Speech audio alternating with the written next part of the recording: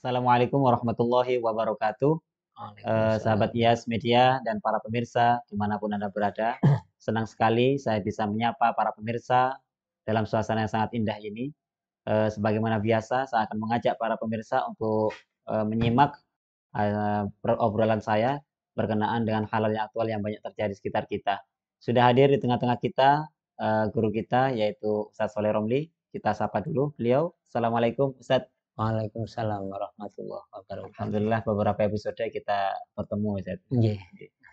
Ustaz, pada saat ini yang banyak diperbincangkan oleh ibu-ibu ini masalah naiknya harga bahan bahan pokok ini Ustaz. Makanan Iya, pokok tidak terkecuali masalah daging ini Ustaz. Daging iya, ayam maupun daging sapi ini ikut harganya naik. iya harganya terus meroket sehingga nah tapi kita tidak akan membahas itu, kita akan membahas karena memang menjadi keisikalan beberapa teman-teman ini kalau membeli daging sapi atau daging ayam di pasar misalkan, akan tetapi kita sebagai pembeli tidak mengetahui proses penyembelihannya apakah sudah sesuai syariah apa tidak. Ini menurut pandangan fikih ini bagaimana Ustaz? Iya, terima kasih. Ah, untuk menyikapi hal ini, jadi kalau kita ah, menggunakan, ya tentunya kita sebagai orang yang beriman, ini adalah yang kita pakai adalah dasarnya adalah syariat yang sudah disampaikan oleh Nabi kita Muhammad Shallallahu Allahumma Alaihi sholli Wasallam, alaih. dan itu dijelaskan oleh para ulama di dalam kitab-kitab fikih empat mazhab. Iya. Uh, kalau kita misalnya membeli barang, itu ada dua hal yang diperhatikan di dalam apa namanya, sesuatu yang tidak diketahui asal usulnya. Ya. Yang pertama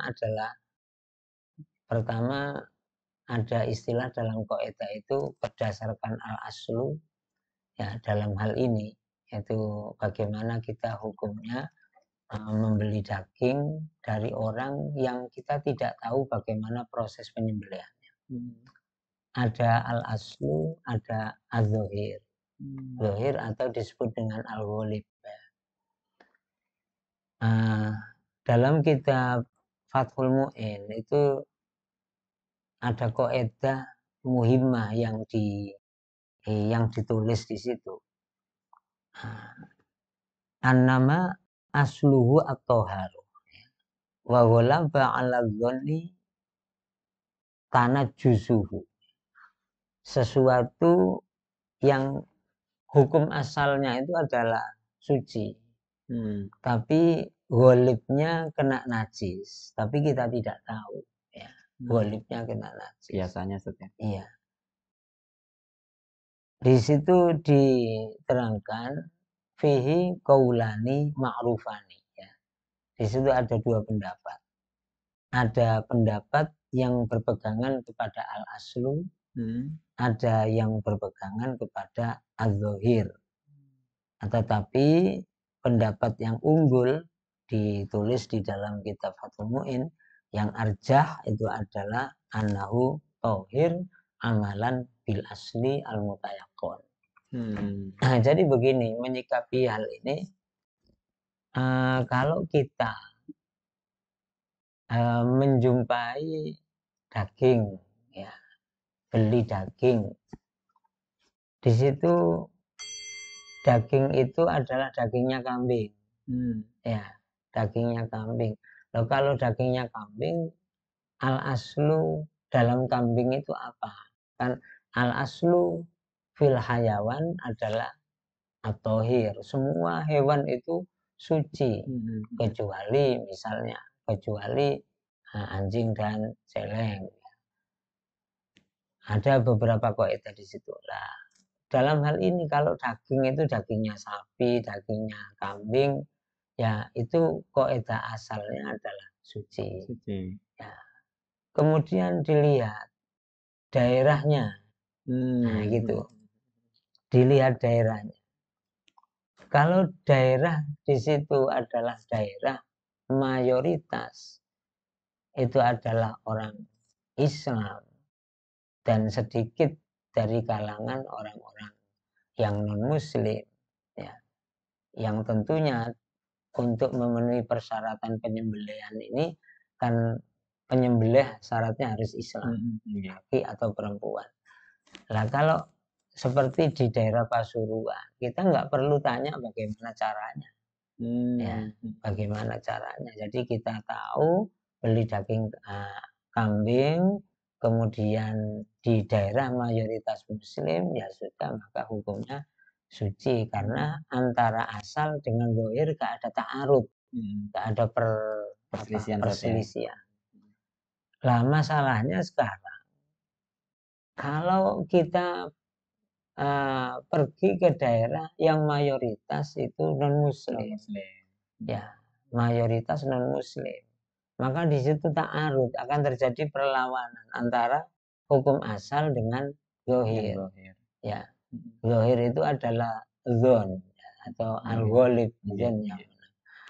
Lah ini kalau kita ke daerah di situ mayoritas adalah non muslim, nah, kita beli daging, ya, daging kambing, kita tidak tahu prosesnya, maka disitulah akan terjadi dua pendapat, ya.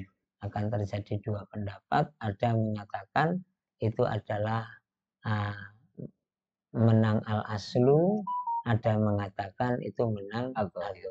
Ya, jadi dari pendapat ini dua, kita bisa memilih di antara keduanya.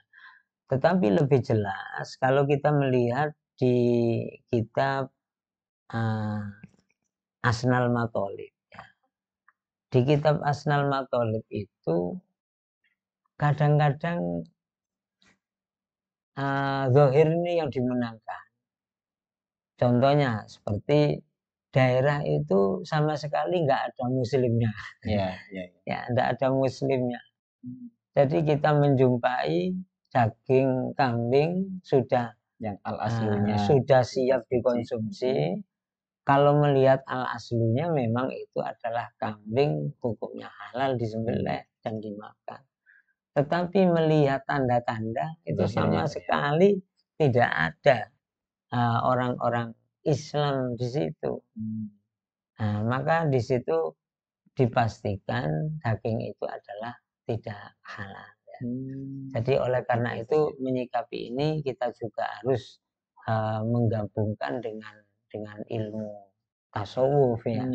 Ya, jadi tentunya kita harus berhati-hati, ya, karena apa katanya di dalam kitab apa namanya itu kitab Minah Husaniyah, dawuhnya Imam Abu Hanifah, ya, sudah biasa saya lakukan ketika saya membaca satu ayat dari Al-Quran itu banyak beberapa bab dari ilmu yang oleh Allah dibuka untuk saya, gitu. Sampai 70 bab kadang-kadang dari satu ayat yang dibaca oleh Imam Abu Hanifah. Tetapi begitu Imam Abu Hanifah itu makan dari makanannya orang yang tidak warok, ini padahal tidak tahu, ya, tidak tahu, maka di situ satu bab pun oleh Allah tidak dibukakan untuk saya. Jadi ini jadi bahan pertimbangan agar kita tidak sembarang untuk mampir ke warung-warung. Tentunya juga kita harus mempertimbangkan bagaimana pemilik warung, bagaimana pelayannya. Ya, demikian. Baik, terima kasih atas perbincangan pada kesempatan kali ini, Ustaz. Mudah-mudahan manfaat dan barokah. Para pemirsa, itulah tadi ulasan yang sangat mendalam sekali dan sangat berbobot sekali yang disampaikan oleh Ustaz Sholeh Romli berkenaan dengan membeli daging atau mengonsumsi daging, tapi kita tidak tahu proses penyembelihannya. Tadi sudah disampaikan panjang lebar. Mudah-mudahan menjadi tambahan informasi yang sangat bermanfaat untuk kita. Untuk para pemirsa, jika ada beberapa pertanyaan atau keiskalan-keiskalan yang butuh untuk kami bahas pada segmen berikutnya, dipersilakan untuk mengisi di kolom komentar yang insya Allah pertanyaan itu akan kami bahas pada episode berikutnya. Kurang lebihnya dari kami, mohon maaf. Assalamualaikum warahmatullahi wabarakatuh. Waalaikumsalam.